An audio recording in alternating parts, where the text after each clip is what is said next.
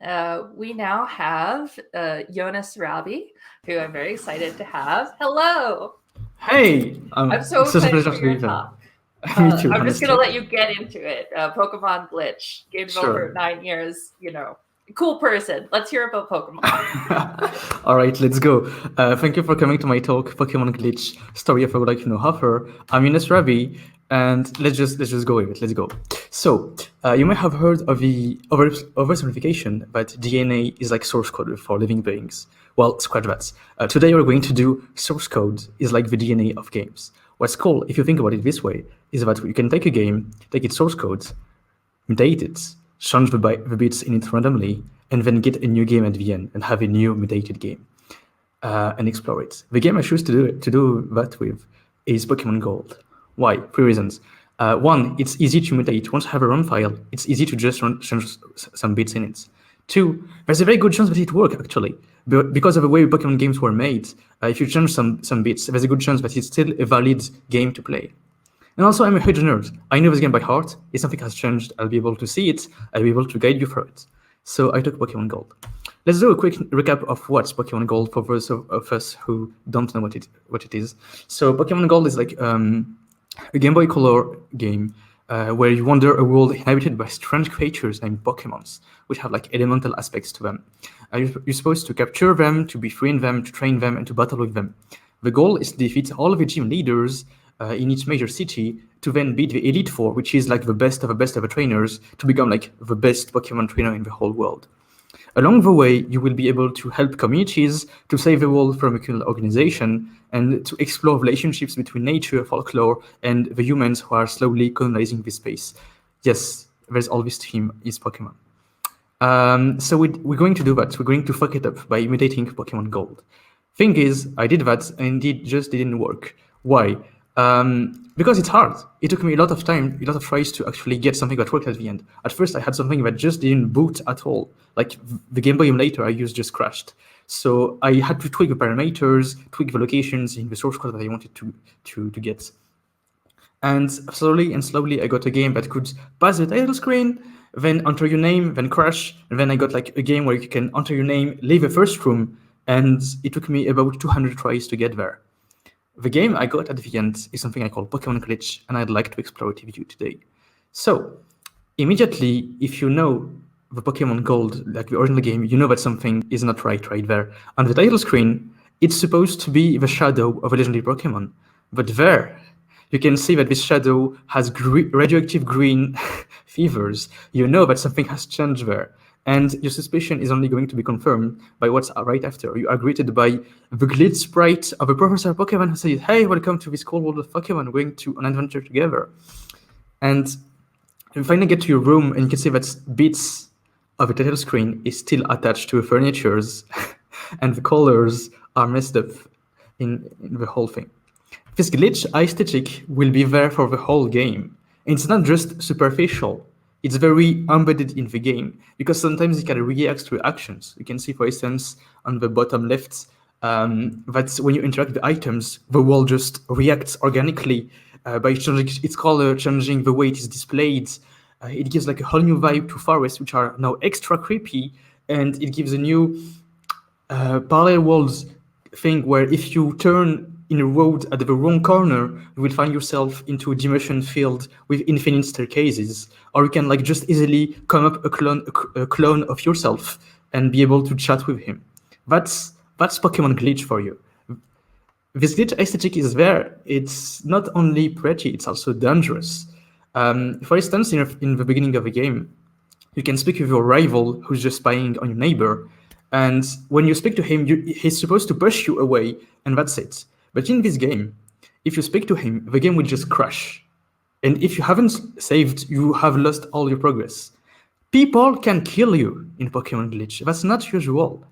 And if you relied, like me, on healing your Pokemon often, well, you will be happy to know that in this game, there's like a running gag that makes every Pokemon Center almost unusable. Sometimes it's very straightforward, like, hey, there's no door, it's just a radio tower. And sometimes it's very insidious, like you will enter the Pokemon Center, you will heal your Pokemon, but you won't be able to come out. And if you have saved right after, you are fucked. You have to restart the whole game again. There's permadeath now in Pokemon Glitch. Sometimes there's even added obstacles because the tiles can be randomly moved. Sometimes there's like walls appearing, sometimes like shortcuts appearing too. This it also means that sometimes it can make whole areas of the game inaccessible. So what I did is that I accepted that I had to use cheat codes only in these specific occasions where a major portion of the game that is important is not accessible. And that's the only time I use cheat codes during my playthroughs. But you kind of have to do it. There's like so many cool stories to tell about Pokemon Glitch, and like to tell you just one and how to explain you how the weirdness of it can actually make sense sometimes. So, for instance, there's like this dungeon in Pokemon Glitch, in Pokemon Gold, sorry, that's named the Bellsprout Tower. When you go enter it and you speak to an old lady who tells you, "Hey, the legend says that the tower used to be a 100 feet tall Bellsprout, which is a plant type Pokemon that is on the right there." And in the original game, like, yeah, okay, thank you, that's a fun story. I'm just gonna wreck this dungeon.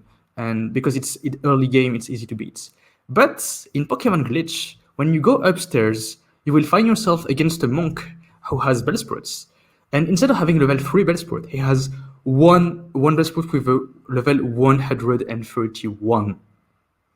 And at this point, your neurons might connect. This tower is supposed to be a big ass Pokemon, and I'm battling a Pokemon that has a level that is not even legal in this game.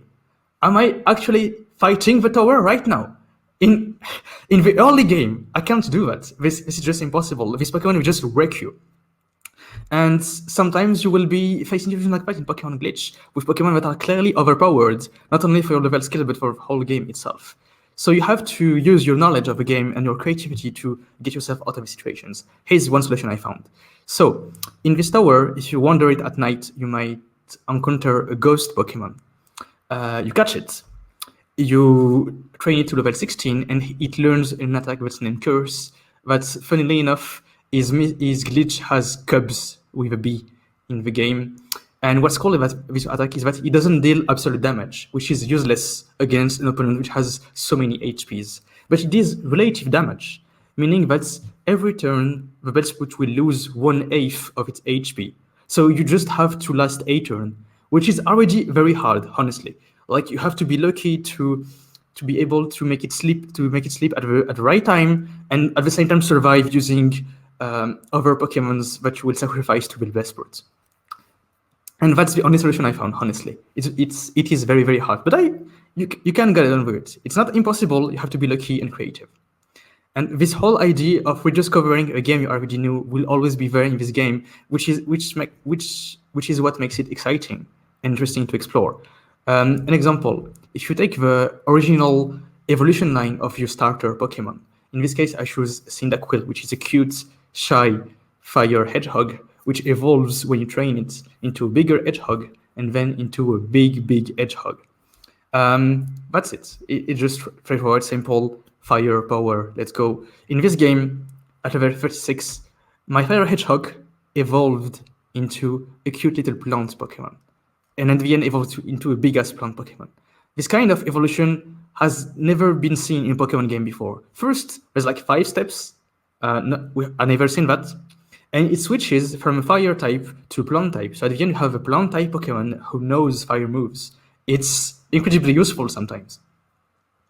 And you can even try to make up a story about it. Like, hey, it doesn't make sense to have a plant that grows from fire, but actually there's like this plant that's named Sequoia that can grow from the ashes of a forest fire. And I don't know, it can make like cool little headcanon stories for you. The game is full of stuff like that. It's a broken, mysterious world that is also hostile towards you, where the storylines are broken and reconnected in strange ways. It's a world that you can't save. Team Rocket rules this world. You can't heal Pokemons that are important in this game. It will wreck you. It doesn't have any chill. It doesn't have any respect towards you, the player. This game will break you. It will make you save right before a glitch, so you have to restart the whole thing again and again. It wants to push you away, but you will continue going in it to explore it to the end and get the end of it. The only way to beat the legends that are not supposed to be in there is to curse them along the way, and that's very interesting. And this leads to another story that I want to tell you that I will consider a spoiler for Pokemon Glitch. So if you don't want to know the end of Pokemon Glitch, please come back for next talk. If you want to know about it, please stay, because I think this is what makes this talk very interesting. Let's go. So, the final boss of Pokemon Gold is Red. Red, the protagonist from the first original Pokemon Red. His appearance in the game is very mysterious. Like, when you meet him, he says absolutely nothing. He's not even supposed to be there. You don't know he's there. But when you meet him, he says absolutely nothing. He rolls over your Pokemon team, and that's it. So you come again, you muster the strength to beat him, and when you do that, he says nothing, absolutely nothing, just ... and then he disappears. And the community is like crazy about this stuff. Like, why is Red there? Why is he saying nothing when he beats us and when he disappears right after? But nobody knows. And I wanted to know if in Pokemon Glitch, if there's more to it. And I'm very glad to tell you that yes, there's more to it. When you meet Red, first, his name doesn't appear as Trainer Red as usual. His name is Rocket Red. Rockets, like the evil bad guys in this game. Also, he will wreck you. Like, it's Red. He has overpowered Pokemon too. He will wreck you. But at this point, you might remember, we have a Pokemon that can curse him. And this is what I did. I freaking cursed Red to the end so I could finally beat him. And I expected him to just say nothing and disappears, or have a fun thing. And this is what happened. When you beat him, Red does not say nothing. He actually says something. He speaks in gibberish, a mix between random glitch letters and English. And he asks you a question. He wants you to choose one of your Pokemon. And like, what? What do you want? I can't understand what you're saying. So I choose the signature Pokemon of his friend, which is a Ghost-type Pokemon, which knows Curse, right? And then he asks me to choose one attack of the Pokemon. So I choose Cups, like the cursed attack. And he takes the Pokemon, he takes the attack, and he says, the curse is erased. And then he disappears. So at this point, you're like, what did I just play? I played a game that puts me into a broken world that is very hostile and push me away every time with strange glitches, and I push it to the end. So finally I meet like a protagonist from first game who just erases the curse and disappears. Wow, you just played a roguelike from Hofer. A roguelike because there's like so much uncertainty in the game, and you have so much rediscovery when you play it, even if you know the original game. Also a roguelike because it has a lot of permadeath in likely places. But also, I would say it has no offer. Some of the mechanics we've seen, nobody consciously designed them. They just appeared, not Nintendo, not me, not my program. It just appeared from the randomness and the mixing of it all. Something for a story. Nobody wrote it. It's a mix, not Nintendo, not me, not my program.